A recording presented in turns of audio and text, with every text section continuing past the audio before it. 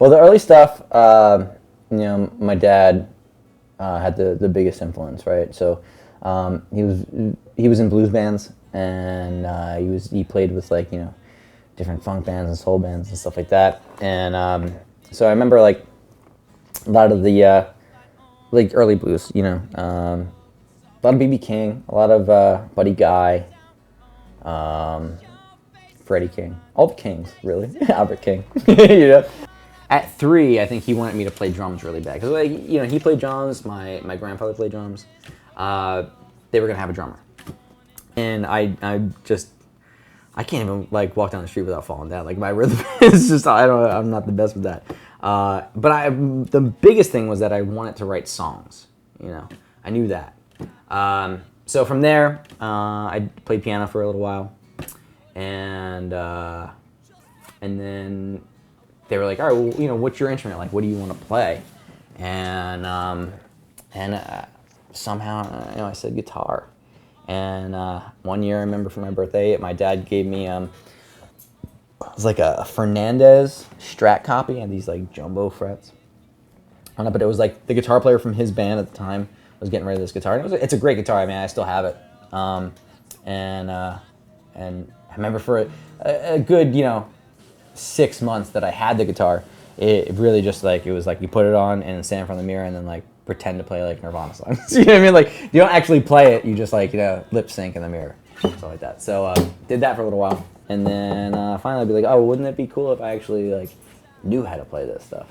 And so I did that for a little bit, but I didn't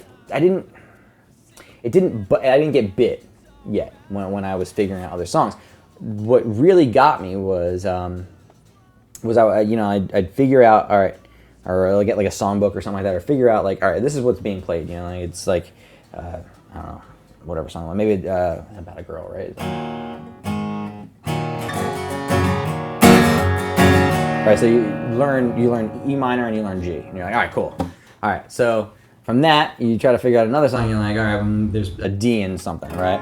So then, what really got me was like, all right, well, I'm gonna take these 3 chords that I know. Now I know guitar, right? I know 3 chords. I know guitar. So then I would just write songs, and they would just all be inversions of, like, the 3 chords that I knew. And then, you know, every so often, maybe like a couple of days later, I'd learn a new chord, and I'd be like, oh, now I got an E minor. You know what I mean? It's like, oh, well, now I'm gonna write the best song I ever writ. Be an A minor to an E minor. I mean, what the hell? Things that you say most of the time, I'm on your side. So no, I'm not easy to deal with sometimes, but I'm sinking fast. It's alright.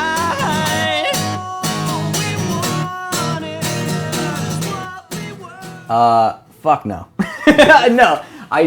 Here was the thing, right? Was that I loved playing. I always wanted to be in a band. Ever since I can remember, you know, like, I wanted to play gigs, like, I wanted to be on tour. I wanted to be in a fucking band. But I never, ever, never wanted to be the kid at a party with an acoustic guitar playing a fucking song in the corner.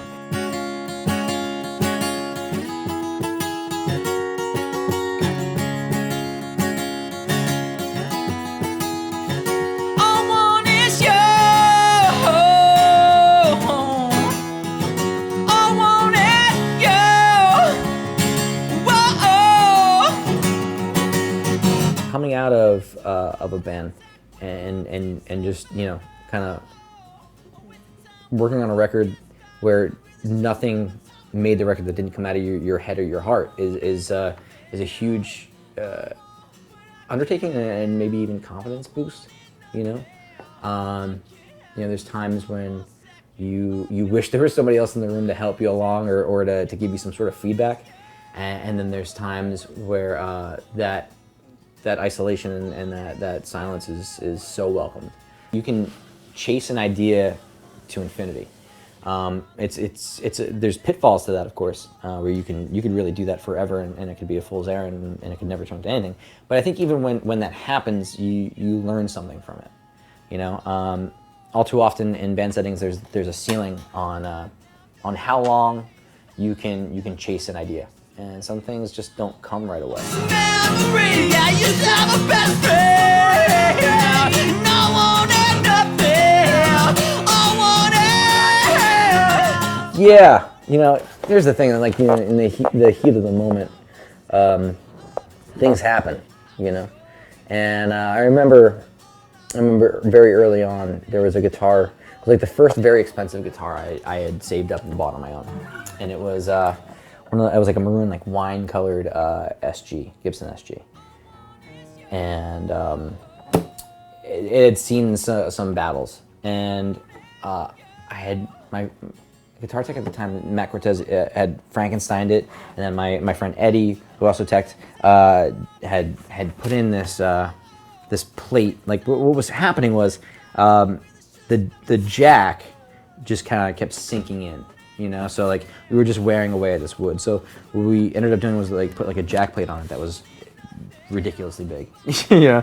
It like kind of took up like maybe this much of the guitar, but we started to get these stretch cracks, and I think it wasn't even really my fault. I think I turned around too quick, and I want to say this place was in like Syracuse or Albany, New York, and there was a weird railing on the side of the stage, and I turned around real quick, and it hit it in just a way that it just cracked the guitar like down the side, and like the guts fell out. It was like in those samurai movies where somebody gets cut in half, and it was just, I literally almost cried. But the great thing that happened from that was my father-in-law took the guitar, and he literally built a coffin for it. And like, it's amazing.